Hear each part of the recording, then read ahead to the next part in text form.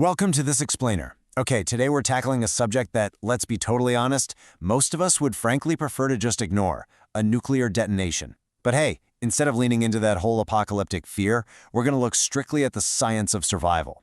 Because here's the truth, while a nuclear event is absolutely catastrophic, it's actually not an automatic death sentence for everyone. By digging into historical data, declassified military doctrine, and modern emergency preparedness research, we can map out exactly what happens. And more importantly, we're going to break down the evidence-based strategies that could literally save your life. So imagine this. A nuclear launch has just been detected. You have exactly 30 minutes. Do you know what to do?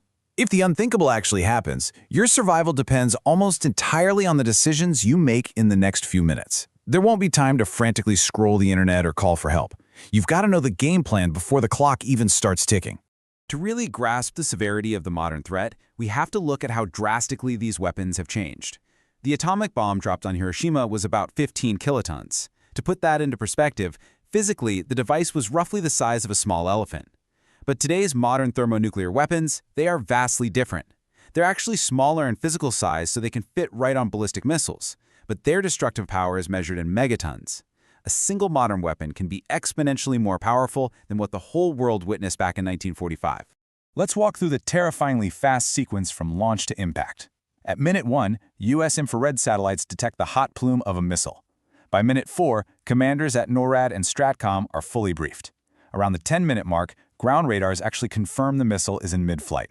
Then the president has a frantic window of just minutes to authenticate and order a response before our own missiles would launch around minute 22, and by minute 30, impact. It takes an intercontinental ballistic missile roughly half an hour to cross the globe. But if a stealth submarine launches from just off the coast, well, that timeline shrinks to a mere 6 minutes. Now, at 0 hour, the immediate blast effects are, well, they're frankly incomprehensible. The center of the fireball reaches 180 million degrees Fahrenheit. That is roughly 5 times hotter than the center of the sun. In the immediate 1-mile radius of a 1 megaton detonation, literally everything, buildings, asphalt, machinery, is just instantly vaporized into a plasma-like state. And the spatial radius of destruction is massive. Intense thermal radiation travels outward at the literal speed of light. According to civil defense documents, the heat from a massive 20 megaton blast could actually kill an unshielded person 20 miles away. Everything flammable within an 11-mile radius of a standard megaton blast, we're talking trees, paper, clothing, even the paint on cars, will instantaneously ignite, causing massive fires way beyond ground zero. Okay, so if you're far enough away to survive that initial flash, the shockwave is coming next. A recent physics study from the University of Nicosia simulated a nuclear blast on a concrete building. Now, the concrete structure itself might stand, but the blast waves actually bend around corners and funnel right through tight spaces. Inside, you absolutely must avoid windows, corridors, and doors. The high air speeds in these hallways can act with the force of 18 times a human's body weight, so to survive the indoor blast wave, your absolute best bet is to hunker down in the wall corners of a room facing the blast. But what if you're caught outside the total destruction radius? You have split seconds to take cover. You must act with instinctive speed. Just dive behind concrete, brick, or earth. Lie flat on your stomach, face down, and wait for the blast waves. And yes, I mean waves, plural, to pass. Remember, a nuclear blast displaces so much air that after that initial shock wave passes outward, a massive reverse blast wave rushes right back in to fill the vacuum. So, let's say you survived the initial heat and those crushing shockwaves. You might think, okay, the worst is over. But an unseen ticking clock danger is about to descend from the atmosphere. That unseen danger is fallout. When a bomb detonates near the surface, it pulls immense amounts of vaporized earth and debris high into the atmosphere. This mixes with highly radioactive isotopes, essentially energized atomic fragments. All this material cools into sand-like particles and starts falling back to Earth. You have a short, incredibly critical 10 to 15-minute window after the blast before this lethal radioactive dust begins to settle around you. Finding deep, secure shelter in this exact window is, without a doubt, the most critical decision you will make. We need to rapidly dispel some deadly cinematic myths right now. Movies might tell you to jump in your car and try to outrun it. Reality? Cars offer virtually zero protection from radiation, and the roads are going to be completely gridlocked with panicked drivers and debris anyway. Fleeing just exposes you to massive radiation. And hand sanitizer? Forget about it. It's completely ineffective against radioactive particles and will actually just rub them deeper into your skin. You absolutely must stay put and seek deep indoor shelter immediately. So the absolutely crucial point here is understanding the three main pillars of radiation protection: time, distance, and shielding. Basically, the heavier and denser the material between you and the outside world, the better. Things like concrete, brick, and compacted earth are excellent at blocking those lethal gamma rays. The deeper underground you can go, or the closer to the absolute center of a large building you can get, the greater your distance from the fallout settling on the roof and the streets outside. Now, if you were outside when the fallout began, you must self-decontaminate immediately upon entering a shelter. The CDC has really clear protocols for this. First up, carefully remove your outer clothing without shaking it. You really don't want to inhale that dust.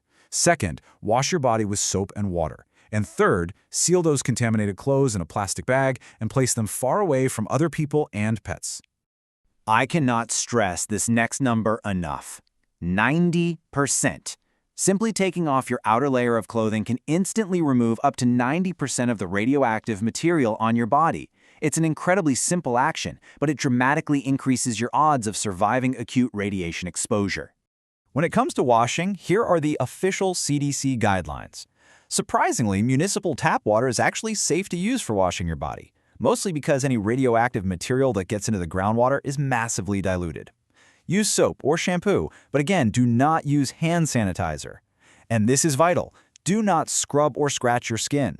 If you create even a tiny microabrasion, that radioactive material can enter your bloodstream. So be gentle and keep any existing cuts completely covered.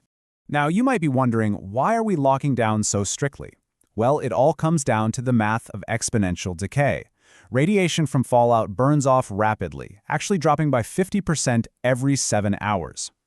This scientific fact proves exactly why the first 24 to 48 hours are the absolute most critical time to stay locked down.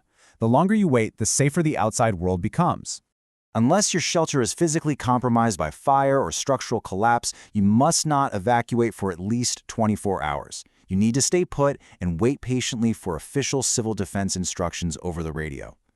Listen, self-evacuating before the authorities map out the safe zones and fallout plumes is a huge gamble with your life. To survive this lock-in period, you're going to need some basic supplies. A 48-hour kit doesn't require fancy military-grade gear. You just need 2 liters of water per person per day. You'll need sealed, long-life foods like canned goods. And remember, only sealed food stored indoors is safe to consume. You also need first aid, your daily medications, and crucially, a battery or hand-crank AM/FM radio.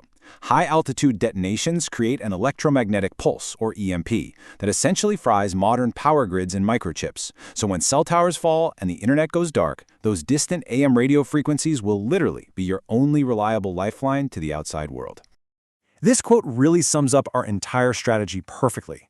The goal is to outlast the danger, not outrun it. Surviving the aftermath is all about discipline. It's about staying put, maintaining strict hygiene protocols, keeping your family calm, and simply waiting for the lethal atomic threat outside to naturally decay. So, I'll leave you with this thought. In an event where split seconds dictate survival, will you let apocalyptic dread paralyze you, or will your practical preparations keep you alive? Knowledge is the ultimate shield. Take this information, prepare your household, and please share this explainer to educate others. Stay curious, stay prepared, and we'll see you in the next explainer.